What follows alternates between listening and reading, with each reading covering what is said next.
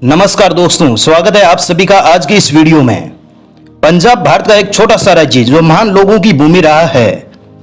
पंजाब का इतिहास कुर्बानियों से भरा है और सबसे खास बात जो पंजाब को सबसे अलग करती है वो है पंजाब का संगीत। पंजाब का संगीत हमारे अंदर राहत की भावना लाता है। पंजाब में ऐसे तो बहुत सारे गायक कलाकार हुए हैं, लेकिन आज हम जिस हस्ती की बात करेंगे उन्होंने बहुत कम उम्र में वो मुकाम हासिल किया जो हर इंसान का सपना होता है। जी हाँ, हम बात कर रहे हैं सिद्धू मूसेवाला की। सिद्धू मूसेवाला एक पंजाबी सिंगर, रैपर, एक्टर और पॉलिटिशियन थे। मेरा नाम शुभदीप सिद्धू है जी। शुभदीप सिद्धू जी। शुभदीप सिद्धू, हाँ जी। ओ कागजी बनाउंदे जोधनार दे फोकी ठाठा शिकार नहीं मारदे। ओ कागजी बनाउंदे जोधनार दे फोकी ठाठा शिकार नहीं मारदे। ओ जी ने चक्कना किसे नु बरंट नहीं लेंदे जी ने तेरिया। सिद्धू मूसेवाला का जन्म पंजाब के मनसा के एक छोटे से गांव मूसा में एक जाट परिवार में 11 जून 1993 को हुआ। इनके पिता भोला सिंह एक सरकारी ऑफिसर और मां चरण सिंह कौर गृहिणी है। अपने माता पिता की इकलौती संतान सिद्धू का बचपन का नाम शुभदीप सिंह था। सिद्धू की लोकप्रियता में जितना हाथ उनके गानों का था, उनसे ज्यादा कहीं विवादों का। पंजाबी संगीत इंडस्ट्री के इस चमकते सितारे का करियर जब पीक पर था, तब 29 मई 2022 को सिद्धू मूसेवाला का बीच सड़क पर असैसिनेट कर दिया गया।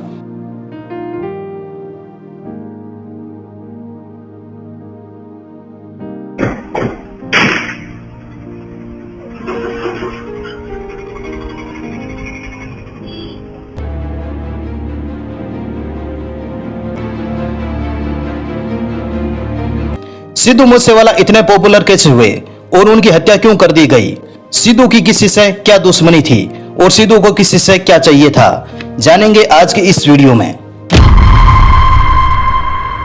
शुरुआती पढ़ाई लिखाई के बाद माता पिता ने शुभदीप सिंह का दाखिला इंजीनियरिंग कॉलेज में करवा दिया, मगर शुभदीप का झुकाव पढ़ाई से ज्यादा कहीं संगीत की तरफ था। वो ऐसी उम्र होती है जब आप कुछ बनने की सोचते हो, जैसा मूड वैसा एम्बिशन। शुभदीप सिंह के पेरेंट्स भी कुछ ऐसा ही चाहते थे, मगर वो लड़का सिंगिंग को लेकर पैशनेट था। छठी क्लास से ही हिप हॉप टाइप ढिकचिक म्यूजिक सुनने लगा था।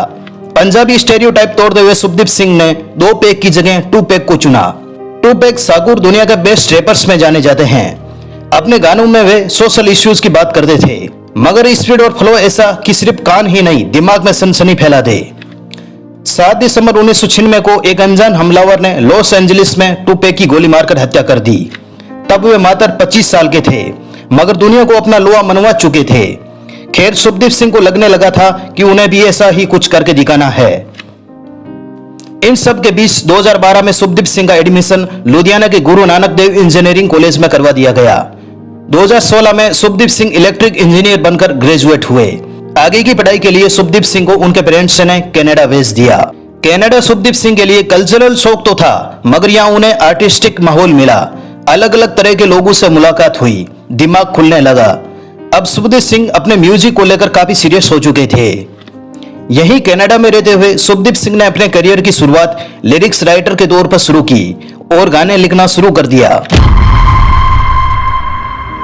सिद्धू ने पंजाबी सिंगर निंजा के लिए लाइसेंस नाम का गाना लिखा, जो 2016 में स्पीड रिकॉर्ड्स नाम के यूट्यूब चैनल पर रिलीज हुआ। सिद्धू के संगीत कैरियर की शुरुआत हुई साल 2017 में आए जी वैगन से। ये डुएट सॉन्ग था जिसमें सिद्धू की साथी सिंगर थी गुलरेज अख्तर, मगर ये गाना ज्यादा नहीं चल सका। इसलिए सिद्धू ने अपनी पहचान बनाने के लिए अपने नाम के साथ अपने गांव का नाम मूसा जोड़ दिया। अब बन गए थे सिद्धू मूसेवाला। अगस्त 2017 में सिद्धू का नया गाना 50 हाई रिलीज हुआ। ये गाना इंस्टेंट हिट साबित हुआ। इस गाने को यूट्यूब पर 455 मिलियन व्यूज मिले। इस गाने के बाद सिद्धू मूसेवाला की पॉपुलैरिटी में 4 चांद लग गए। साल 2018 में सिद्धू ने अपना पहला एल्बम रिलीज किया PBX1 नाम से। इस एल्बम में कुल 13 गाने थे, जिसमें जट दा मुकाबला, दाऊद और बेड फैला जैसे गाने खूब पसंद किए गए। मगर एक तबके के लोगों को सिद्धू तभी से खटकने लगे थे। लोगों ने कहा कि जट दा मुकाबला जैसे गाने कास्टिज्म को प्रमोट करते हैं। इस तरह के गाने यूथ को गलत तरीके से इन्फ्लुएंस करेंगे। यहीं से जन्म हुआ सिद्धू के विवादों का।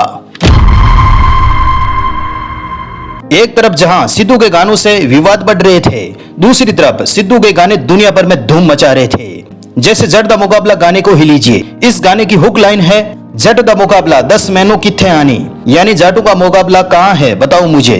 तेरे जट दा मुकाबला दस मैनू किथे आई नी जट दा मुकाबला दस मैनू किथे आई नी। इसके बाद सिद्धू ने 47 नाम का गाना बनाया। इस गाने में सिद्धू ने मिस्ट और स्टेपलन डॉन जैसे ब्रिटिश आर्टिस्टों के साथ कोलैबोरेट किया। यह गाना बहुत पॉपुलर हुआ। कनाडा से लेकर ऑस्ट्रेलिया, न्यूजीलैंड से लेकर यूके तक इसे भारी संख्या में देखा और सुना गया था। साल 2020 में ब्रिटिश अखबार द गार्डियन ने सिद्धू मूसेवाला को टॉप 50 न्यू आर्टिस्ट की लिस्ट में शामिल किया गया। 2021 में सिद्धू ने अपना तीसरा एल्बम मोसेटेप रिलीज किया। 32 टेक वाले इस एल्बम में सिद्धू ने बोफेलिया, मॉरिसन, डिवाइन और राजा कुमारी जैसे पॉपुलर आर्टिस्टों के साथ कोलैबोरेट किया। Just listen, it's all about you, same, beep, धाका, सेपमेड, इस्सा जट्टा, चूजन, सिद्धू एंड थम जैसे कई गाने गाए और सभी गाने इंटरेस्ट हिट साबित हुए और सिद्धू मूसेवाला अब बन गए थे अंतर्राष्ट्रीय कलाकार। सिद्धू ने अपना अंतिम सॉन्ग 2 हफ्ते पहले ही जारी किया था, जिसका नाम था द लास्ट राइड। इस गाने में सिद्धू जवानी में जनाजा उठने की बात करते हैं, लेकिन कौन जानता था सिद्धू का यह गाना बहुत जल्दी हकीकत में बदलने वाला था। इतना ही नहीं, सिद्धू का एक गाना 295 का कॉम्बिनेशन देखिए। जिस दिन उनकी हत्या की गई उस दिन यही तारीख थी, 29 मई। इसके अलावा सिद्धू ने यस आई एम स्टूडेंट और तेरी मेरी जोड़ी जैसे कुछ पंजाबी फिल्मों में भी काम किया है। सिद्धू मूसेवाला को एक गाने में उनके ऊपर खालिस्तान का समर्थन करने वाले जरनैल सिंह भिंडरावाला का महिमा मंडन करते हुए भी दिखाया गया है। इतना ही नहीं, एक गाने में उन्होंने माई वागो को आपत्तिजनक तरीके से दर्शाया था। माई वागो सिख समुदाय के एक महान योद्धा माने जाते हैं।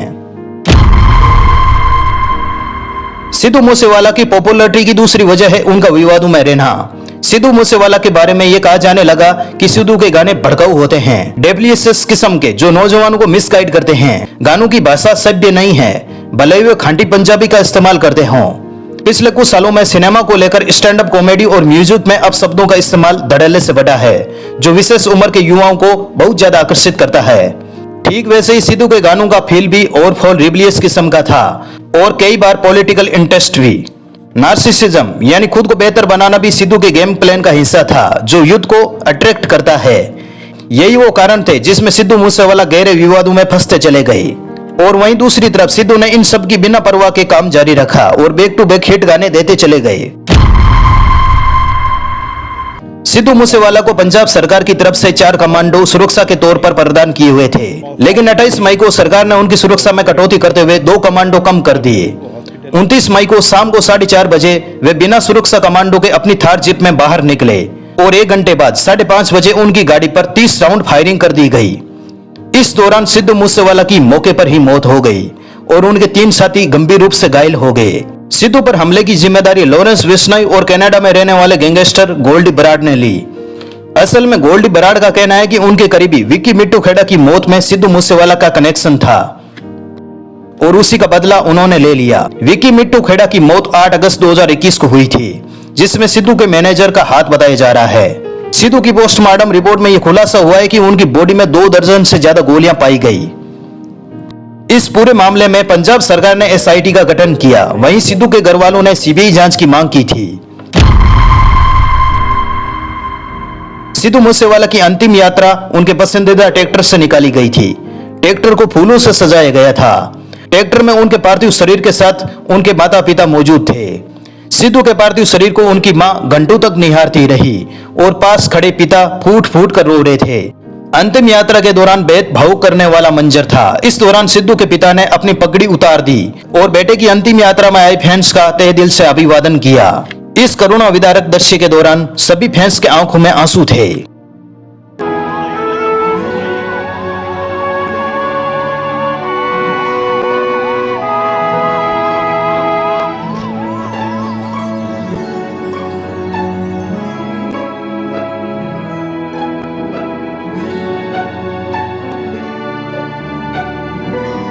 सिद्धू की मां ने बताया कि 6 महीने बाद सिद्धू की शादी होने वाली थी।